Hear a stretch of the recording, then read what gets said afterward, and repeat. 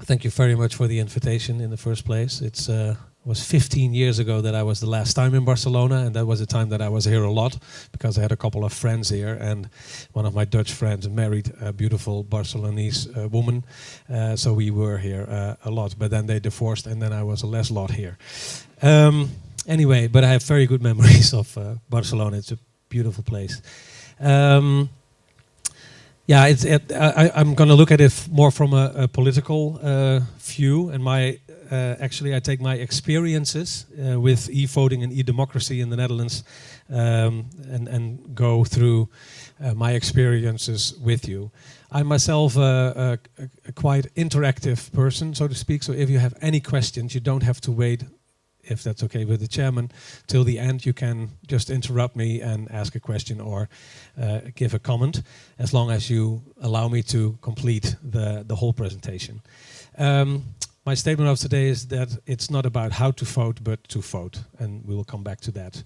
First of all, but Julie already told a little bit what I've been done, who I am. But with all these things in my CV, I've been very busy always with internet and participation of the people. I started working as a staff member of the mayor of Amsterdam, and I organized an awful lot of public debates between politicians and citizens. As I always say, normal citizens, not primarily the active citizens, but try to reach out to those citizens that normally do not participate in political processes. And from that moment on, internet was coming up. It was at the beginning of the 90s, and I saw it as a big opportunity to reach out to much more people than we normally could. After that, I became director of Agora Europe. That was direct aimed at citizens' participation, improving democracy, and of course also we did a lot of projects in those days with e-democratic experiments, but I will come back to that, and especially the experience with that.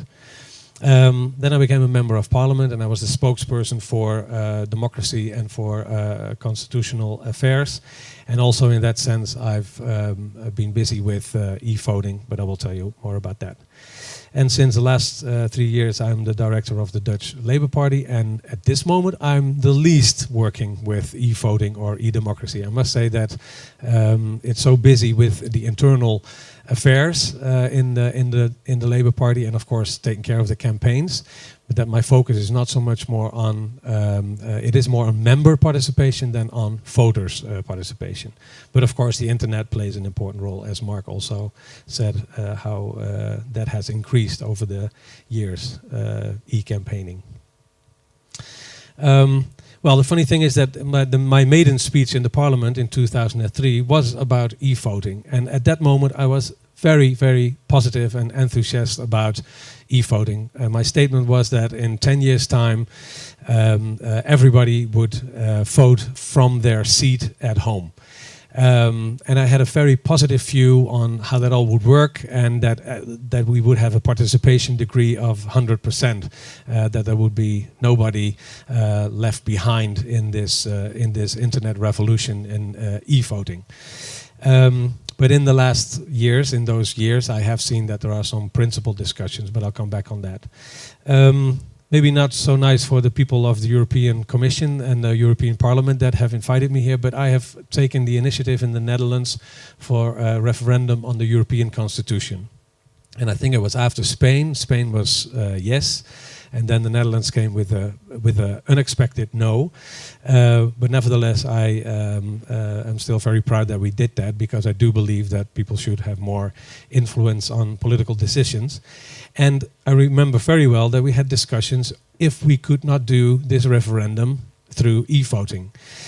Because it's a huge organization, of course, to have, for one issue, for one referendum, get all these people in the voting booth, and to go, to all the community houses and set it all up, when we know that a lot of people could go to their computer and just vote there yes or no. But anyway, but no way. There were too many dilemmas, and it was one of the lessons also for me at that time in this whole discussion about e-voting and how far you can go with it.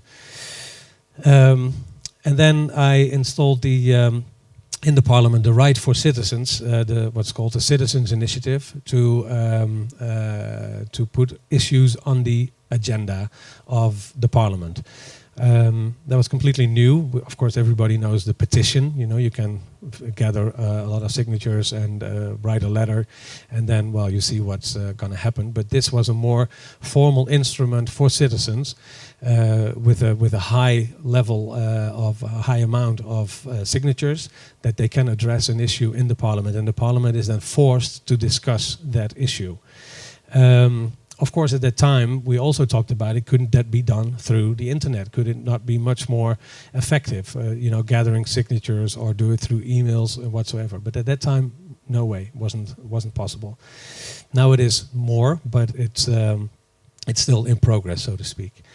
And over the years, I've done several projects on citizens' participations, including these e-democratic experiments.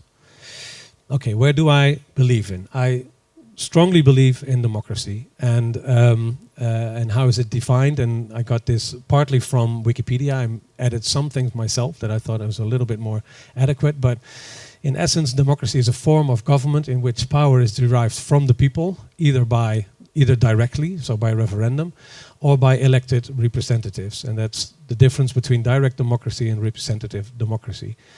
And I do strongly believe, I already mentioned that, I do strongly believe that people have to have a stronger influence than they have now on the political decision making. And then, how do I'll come back to that. And then is the question, what is then e-democracy doing in that perspective, in democracy? And then my statement is that e-democracy is actually nothing more than just a vehicle, an instrument for participation in the democratic process.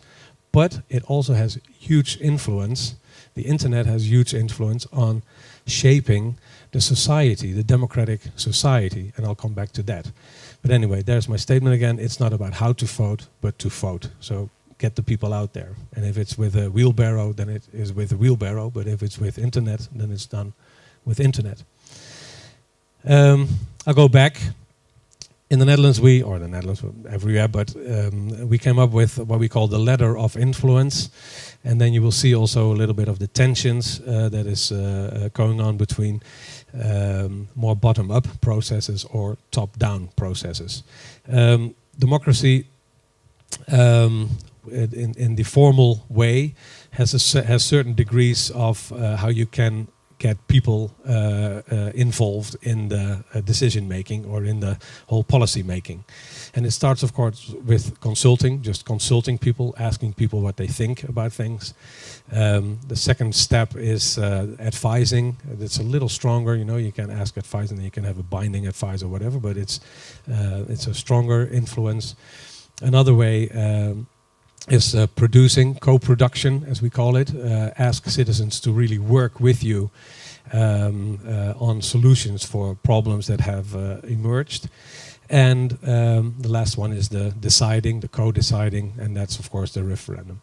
With all these things, with all these form, the meetings, the work groups, the laboratory, the referendum, in principle could all be done in a virtual surrounding, can all be done on the internet. Everything on the internet can be used for those purposes. And of course, the goal is always to reach out to more people than we did before. So if you have a meeting with 50 people on the internet, it can be easily, how do you say that, expanded to 1,000 people. That should not be too difficult. Which could be improving the quality of your consult or advice or production or decision. Anyway, so yes, I do believe strongly in e-democracy and in democracy. What I meant about that, internet is shaping the democratic society, and I think it's a fundamental issue, and it's also at the same time a fundamental problem, so to speak, because I do think that there is a clash between the internet and where internet stands for, and the political institutions. To me, that has been the case already a long time. Internet is also a metaphor of modern society and how modern democracy should be able to work.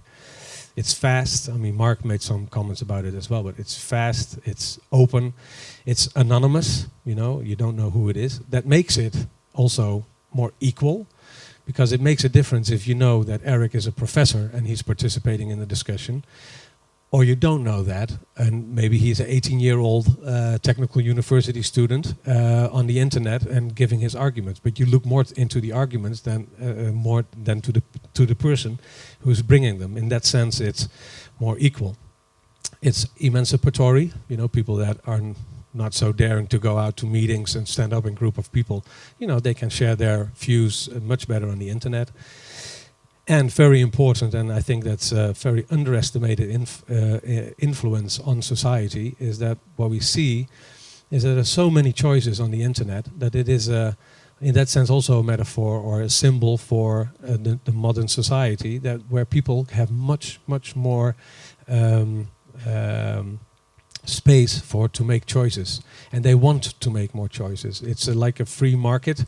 They want to make a lot of choices in their lives, and they can make it on several levels, from education, and they can switch, you know, job switching.